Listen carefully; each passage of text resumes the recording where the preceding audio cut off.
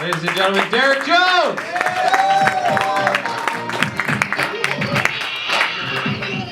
Thank you. Give it up for Barry. What a charming young gentleman he is, huh? How you guys doing? Good evening. I got a question for you guys. If I screw up doing laundry, is that considered blowing a load? 'Cause I'm just trying to settle a bet with my mother, and I think I may have just won. I spent a lot of the weekend watching the History Channel. They were showing a bunch of old World War II documentaries, and I love watching those World War II documentaries on there. And you ever notice if you wanted to be a newsman back in the 40s, you had to have that newsman voice? You guys know what I'm talking about? Like, World News on the march, June 6, 1944. Allied troops stormed the beaches of Normandy. More news as it develops. Now here's my question. I haven't heard a goddamn person talk like that in like the past 70 years. It's like, what the fuck? Did all these people go extinct? It's like you never walk into a Starbucks and hear, 1 venti, non-fat, double espresso with a sprig of cinnamon for Joshua. You know, it's like I don't have one friend who walks into a room and is like, hey fellas, you want to go see a ball game? And it's got to be like Darwinism, right? Because it's like, who's going to want to reproduce with someone who speaks like that, right? You know, you hear somebody talk like that, it sounds like they're either going to pull out a Tommy gun or tap dance their way into your heart, you know? Just one or the other.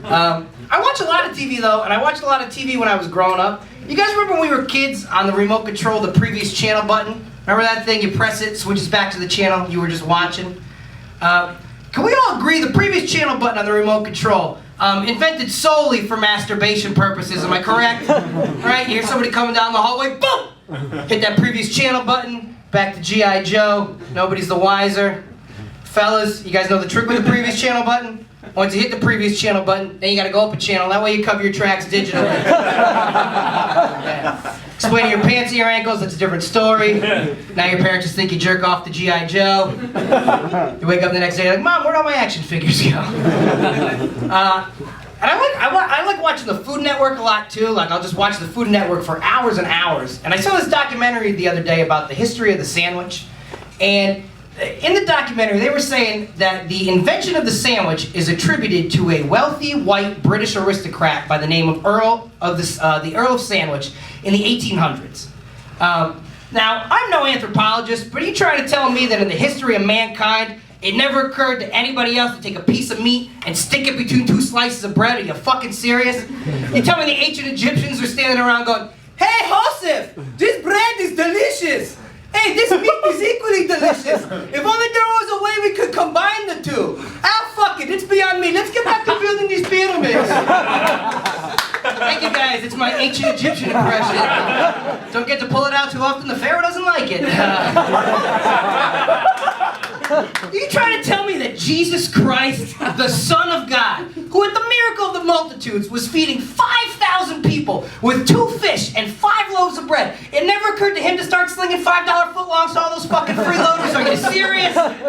Guy can make the blind see and the lame walk, but a double-decker turkey sandwich with extra mayonnaise, there's a miracle I can get behind, guys. I tell you, I think if Jesus Christ didn't invent the sandwich, I think communion would be a little better, don't you? It's like his blood's the wine, his body's the bread, his soul's a warm pastrami filling. If that were the case, I'd join the fucking monastery. And I'd have communion every day at 2 o'clock while I read my paper. I did grow up going to church, though, reading the Bible. My parents made me go to Sunday school. Has it ever occurred to anybody else that, like, Moses is the original dumpster baby? Am I the only one? Like, you think his mother ran into the bathroom in the Mesopotamia high school, junior prom, had him, put him in her after-reads, then sent him on down the Nile just in enough time to get back to the gym to do the electric slide? May just be me. And that's okay, guys. This movie just came out on DVD. I don't know if you guys saw it. Did you guys see Super 8 this summer, J.J. Abrams? Yeah. Yeah, Steven Spielberg. Okay, no one. Well, I'm going to ruin it for you guys, so strap in. I saw that movie, Super 8, and I really liked it. And the thing that I liked about the movie is that at the end of the film, the 13-year-old guy gets that 13-year-old girl that he's been pining for the whole time, you know? But we've all been in relationships, guys, and especially, you know, when you're that young, a relationship like that is not gonna last forever. But think about all the shit that that kid had to go through to get that girl. What the hell is that breakup gonna sound like? Kid's like, hey, You know, we were out by the railroad tracks making a movie.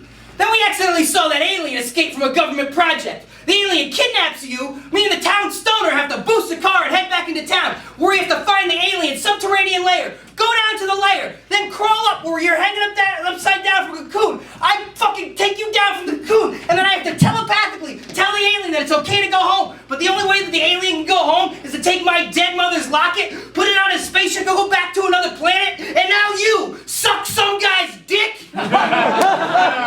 because he's on the lacrosse team? Fuck you! I want my dead mother's locket back! Thank you! And thank you all, I'm Derek Jones. Thank